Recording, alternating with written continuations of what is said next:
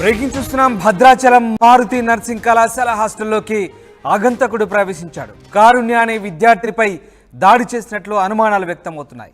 విద్యార్థినికి తీవ్ర గాయాలయ్యాయి. ప్రస్తుతం ఆమెను ఆసుపత్రికి తరలించారు. అర్ధరాత్రి ఆగంతకుడిని చూశామంటూ కొంతమంది విద్యార్థులు చెప్తున్నారు. బాత్రూంలో జారి పడిందంటూ హాస్టల్ వార్డెన్ చెప్తున్నప్పటికీ ఘటనపై పోలీసులు అనుమానాలు వ్యక్తం చేస్తున్నారు. ఘటనా స్థలిని పోలీసులు పరిశీలించారు. కారుణ్య స్వస్థలం కొనిజర్ల మండలం సిద్దిక్ నగర్గా చెప్తున్నారు. నర్సింగ్ మొదటి సంవత్సరం చదువుతోంది కారుణ్య.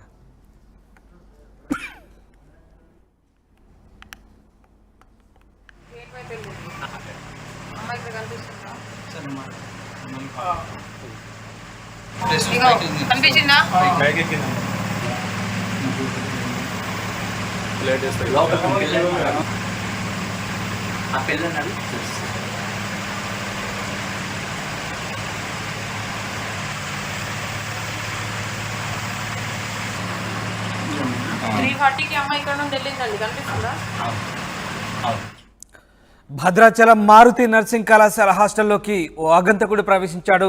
కారుణ్య అనే విద్యార్థినిపై దాడి చేసినట్లు అనుమానాలు వ్యక్తమవుతున్నాయి. దానికి సంబంధించిన సీసీటీవీ దృశ్యాలు చూస్తున్నాం.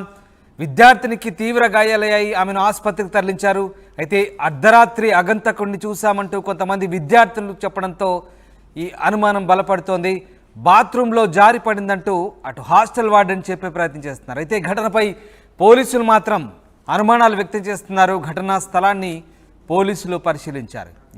ఉదయ్ జైన్ అవుతున్నారు ఖమ్మం నుంచి. ఉదయ్, హాస్టల్ వార్డెన్ చెప్తున్న దానికి విద్యార్థులు చెప్తున్న విషయానికి పొంతన లేకుండా ఉంది. దీనికి సంబంధించి పోలీసులు ఏం చెప్తున్నారు? అసలు ఈ ఘటన ఎప్పుడు జరిగింది? భద్రాద్రి కొత్తగూడెం జిల్లా భద్రాచలంలోని మారుతి నర్సింగ్ కళాశాలకు చెందినటువంటి విద్యార్థిని పైడిపల్లి కారుణ్య ఈ రోజు తెల్లవారుజామున ప్రాణాపాయ స్థితిలో భద్రాచలం ప్రభుత్వ ఆసుపత్రిలో చేరింది. ఆమెకి ఐసీయూలో ప్రస్తుతం ట్రీట్మెంట్ అయితే కొనసాగుతుంది. అయితే చాలా అనుమానాస్పద స్థితిలో ఆమెకి శరీరంలోని పలు చోట్ల గాయాలు అయితే అయ్యాయి. అయితే ఆ కళాశాల యాజమాన్యం కావచ్చు, నర్సింగ్ కళాశాల సిబ్బంది ఈ రోజు తెల్లవారుజామున 4 గంటల సమయంలో ఆమెని ప్రభుత్వ ఆసుపత్రిలో చేర్చినట్టయితే మనకి సమాచారం అందింది. వెనువెంటనే ఆర్టీవీ నిఘా టీం కూడా ఆ కళాశాల పరిసర ప్రాంతాల్లో ఎంక్వైరీ చేసేది. పూర్తిగా అటు పోలీసుల నుంచి అటు కళాశాల యాజమాన్యం నుంచి ఉదయం నుంచి సంప్రదింపులు జరిపే ప్రయత్నం అయితే మనం కూడా చేస్తున్నాం. కళాశాల ప్రిన్సిపల్ తో కూడా మాట్లాడే ప్రయత్నం చేస్తాం. నర్సింగ్ కళాశాల మొదటి సంవత్సరం జరుగుతుంది. పగిడిపల్లి కారుణ్య ఆమె స్వస్థలం వైరా నియోజకవర్గం కొనిజర్ల మండలం సిద్దిక్ నగర్ గా తెలుస్తుంది. అయితే నిన్న అర్ధరాత్రి సమయంలో కళాశాల గ్రౌండ్ ఫ్లోర్ నుంచి ఫస్ట్ ఫ్లోర్ లో ఉన్నటువంటి ఒక రూమ్ కి కారుణ్య వెళ్ళడం అయితే సీసీటీవీ ఫుటేజ్ లో చాలా ఎక్స్క్లూజివ్ గా మీకు చూపించే ప్రయత్నం చేస్తున్నాం. చాలా ఎక్స్క్లూజివ్ గా మనం కూడా ఫుటేజ్ సంపాదించే ప్రయత్నం చేశాం. ఉదయం నుంచి చాలా సంప్రదింపులు అటు కళాశాల యాజమాన్యంతో పాటు అటు పోలీసులు, మరోవైపు స్థానికంగా ఉన్నటువంటి విద్యార్థులతో కూడా ఆర్టీవీ నిఘా బృందం అయితే సంప్రదింపులు జరుపుతూ వచ్చింది. అందులో చాలా పర్టికులర్ గా చాలా కీలకమైనటువంటి విషయాలు ఆర్టీవీ నిఘా బృందం చేతి కూడా చిక్కాయని చెప్పుకోవాలి. అందులో ప్రధానంగా నిన్న అర్ధరాత్రి సమయంలో ఒక ఆగంతకుడు కళాశాలల హాస్టల్లోకి ప్రవేశించినట్లయితే కొంతమంది విద్యార్థులను మనకి సమాచారం అయితే అందిస్తున్నారు. అసలు కారుణ్య నిజంగా ఏం జరిగింది అనే అంశంపై, కారుణ్యకి ఏ విధంగా గాయాలనే అంశంపై ఇప్పటి వరకు కూడా కళాశాల యాజమాన్యం నుంచి ఒక స్పష్టత మాత్రం రావట్లేదు. కళాశాల వార్డెన్ మాత్రం కేవలం ఆమె బాత్రూమ్ లో కాలు జారి పడినప్పుడు జరిగినటువంటి గాయాల కారణంగానే ఆమె ఆసుపత్రిలో చేర్పించాల్సి వచ్చిందని చెప్పేసి కళాశాల వార్డెన్ చెప్తున్నారు. కానీ మరోవైపు డాక్టర్లను కూడా ఆర్టీవీ నిఘా బృందం సంప్రదించింది. చాలా స్పష్టంగా ముక్కులోంచి చెవిలోంచి చాలా తీవ్రంగా రక్తస్రావం అయినట్లు కూడా డాక్టర్లు గుర్తించారు. ఇది ఒక రోడ్డు ప్రమాదం సంభవించినప్పుడు లేదా ఇతరులు ఎవరైనా దాడి చేసినప్పుడు మాత్రమే ఇలాంటి గాయాలు జరుగుతుంటాయని చెప్పేసి డాక్టర్లు కూడా ఆర్టీవీ నిఘా బృందంతో చాలా స్పష్టంగా చెప్పడం జరిగింది. సో చాలా స్పెసిఫిక్ గా ఇది హత్య లేదంటే ఆత్మహత్య అనే కోణంలో కూడా ఇప్పటికే పోలీసులు దర్యాప్తు చేస్తున్నారు. చాలా గుట్టుగా ఎవరికీ తెలియకుండా విషయాన్ని చాలా గోప్యంగా ఉంచుతూ కళాశాల యాజమాన్యం భద్రాచలం ప్రభుత్వ ఆసుపత్రిలోని ఇంటెన్సివ్ కేర్ యూనిట్ లో ఉంచి చికిత్సనైతే కారుణ్యకు అందిస్తున్నారు. నిన్న ఆలస్యంగా కూడా ఈ సమాచారాన్ని బాధిత కారుణ్య కుటుంబ సభ్యులకైతే కళాశాల యాజమాన్యం అయితే అందించిందని చెప్పుకోవాలి. గత కొద్దిసేపు క్రితమే కారుణ్యకు సంబంధించినటువంటి కుటుంబ సభ్యులు కూడా ప్రభుత్వ ఆసుపత్రికి చేరుకున్నారు. అయితే కళాశాల యాజమాన్యం ఇది ఫిట్స్ వచ్చింది, అమ్మాయికి ఫిట్స్ వచ్చి బాత్రూమ్ లో కాలు జారి పడిందని చెప్తున్నారు. కానీ ఫిట్స్ లాంటిది కానీ ఏ అనారోగ్య సమస్య తల్లిదండ్రులు రామ్దాస్ ఆ విద్యార్థిని పరిస్థితి ఎలా ఉంది? అలాగే సీసీటీవీ ఫుటేజ్ సంబంధించి పోలీసులు ఎలాంటి అనాలిసిస్ చేస్తున్నారు? ఎస్, ఈ విషయం ఆ నోట ఈ నోట పొక్కగా ప్రస్తుతం పోలీసులు కూడా కళాశాలకు చేరుకున్నారు. పూర్తి స్థాయిలో ఇన్వెస్టిగేషన్ అయితే చేస్తున్నారు. ఎస్ఐ విజయలక్ష్మి తన దైన శైలిలో విచారణ అయితే కొనసాగిస్తుందని చెప్పుకోవాలి. నిజాయితీకి నిరుడుదంగా ఉన్నారు విజయలక్ష్మి. ఖచ్చితంగా ఈ కేసుని మరింత సీరియస్ గా అయితే ఆమె చూస్తున్నారని అయితే మనకి సమాచారం అయితే అంటుంది. అయితే ప్రస్తుతం ఆ కారుణ్య ఆరోగ్యం చాలా విషమంగా ఉందని అయితే వైద్యులు చెప్తున్నారు. దాదాపు దేవుడు అనుకూలిస్తే తప్ప, పూర్తి స్థాయిలో వైద్యం సత్ఫలితాలు ఇస్తే తప్ప ఆ అమ్మాయి చేతికి వచ్చే అవకాశం అయితే లేదని నిర్మోహమాటంగా వైద్యులు కూడా ప్రాణాపాయ స్థితిని అయితే తెలియజేస్తున్న పరిస్థితి కనిపిస్తుంది. దాదాపు ఛాన్సెస్ కష్టం అన్న అంశాన్ని కూడా డాక్టర్లు ఆర్టీవీ బృందంతో కూడా అదే అంశాన్ని ధృవీకరిస్తున్న పరిస్థితి కనిపిస్తుంది. ప్రస్తుతం ఇంటెన్సివ్ క్యూర్ యూనిట్ లో కారుణ్యకైతే చికిత్స అందిస్తున్నారు. ప్రస్తుతం ఆమె శరీరంలోని పలు చోట్ల గాయాలు ఉన్నట్లయితే ప్రస్తుతం డాక్టర్లు గుర్తించారు. ప్రధానంగా చెవి నుంచి ముక్కు నుంచి తీవ్రంగా రక్తస్రావం కావడం వల్ల ఆమె బతికే ఛాన్సెస్ చాలా తక్కువగా ఉన్నట్లయితే ఆసుపత్రి వైద్యులు చెప్తున్నారు. కానీ అసలు మారుతి నర్సింగ్ కళాశాలలో ఏం జరిగింది, నిన్న రాత్రి ప్రవేశించినటువంటి ఆ ఆగంతకుడు ఎవరు, అసలు ఆ కారుణ్యకి గాయాలు ఏ విధంగా అయినా, అతను ఏమైనా దాడి చేశాడా, లేదంటే ఆ అమ్మాయి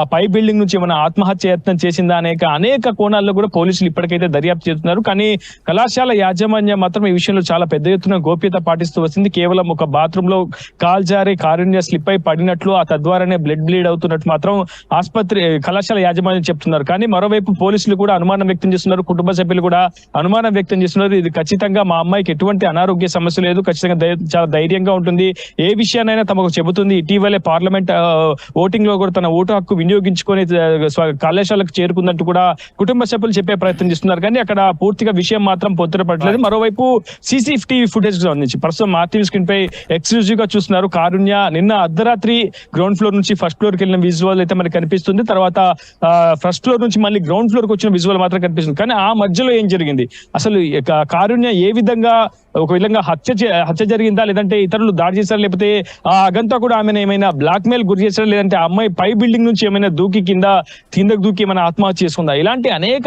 కోణాలు అనేక అనుమానాలు అయితే తావిస్తున్నాయి. కానీ ఈ అంశంలో పోలీసులు పూర్తి స్థాయిలో దర్యాప్తు చేస్తే తప్ప అసలు విషయాలు మాత్రం వెలుగులోకి వచ్చే అవకాశం అయితే లేదు. Ramdas. Right, yes, thank you very much Uday, thanks for the update. ఇది మొత్తం మీద కారుణ్య అనే విద్యార్థినిపై అగంతకుడు దాడి చేసినట్లుగా మారుతి నర్సింగ్ కళాశాల విద్యార్థిని చెప్తున్నారు. ప్రస్తుతం ఆమె తీవ్ర గాయాల పాలై ఆసుపత్రిలో ఐసీయూలో చికిత్స పొందుతోంది. అయితే అర్ధరాత్రి అగంతకుడిని చూశామని విద్యార్థులు చెప్తుంటే హాస్టల్ వార్డెన్ మాత్రం ఆమె బాత్రూంలో జారి పడిందంటూ చెప్తున్నారు. ఈ ఘటనపై పోలీసులు కూడా అనుమానాలు వ్యక్తం చేస్తున్నారు. ప్రస్తుతం పోలీసులు ఘటనా స్థలాన్ని పరిశీలించారు. కారుణ్య స్వస్థలం కొనిజర్ల మండలం సిద్దిక్ నగర్గా చెప్తున్నారు. నర్సింగ్ మొదటి సంవత్సరం చదువుతోంది ఈ కారుణ్య. అయితే ఈ ఘటనకు సంబంధించి కారుణ్య బంధువులు కూడా స్పందించారు. ఏం మాట్లాడారు ఒకసారి చూద్దాం.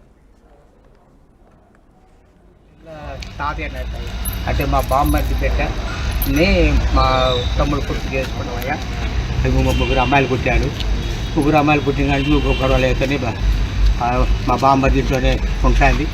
అక్కడే పిల్లల్ని చదువుకుంటే తల్లితో పాటు తల్లి తమ్ముళ్ళు అందరూ దగ్గర ఉంటున్నారు. మరి తమ్ముడు కూడా వచ్చారు, తల్లి గారు చదువుకుంటున్నారయ్యా. కాలేజీలో చేర్పించుకున్నారు. ఇది మా మంచి కాలేజీ అంటే మొన్ననే చేర్పించారు.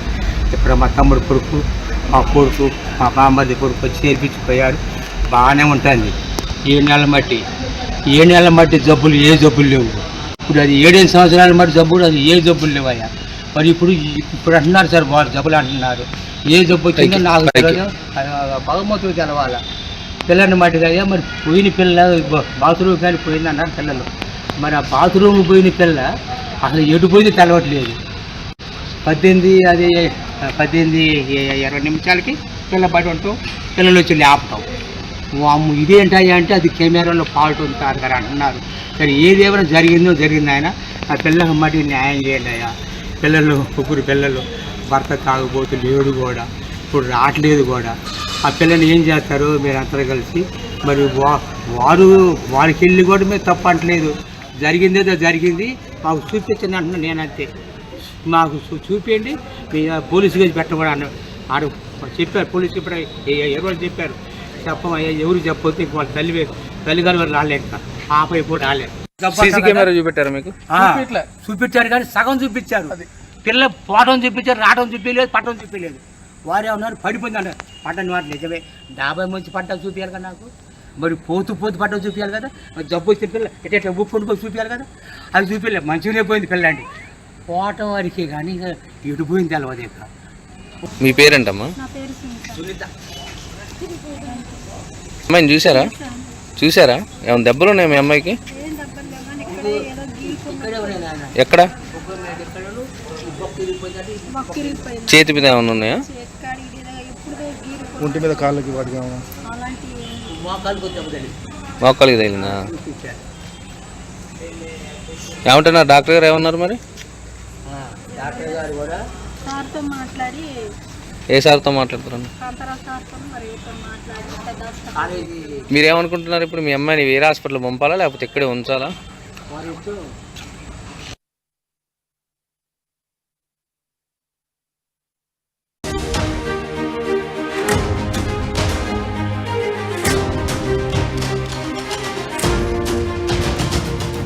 బ్రేకింగ్ చూస్తున్నాం. భద్రాచలం మారుతి నర్సింగ్ కళాశాల హాస్టల్లోకి ఆగంతకుడు ప్రవేశించాడు. కారుణ్య అనే విద్యార్థినిపై దాడి చేసినట్లు అనుమానాలు వ్యక్తమవుతున్నాయి.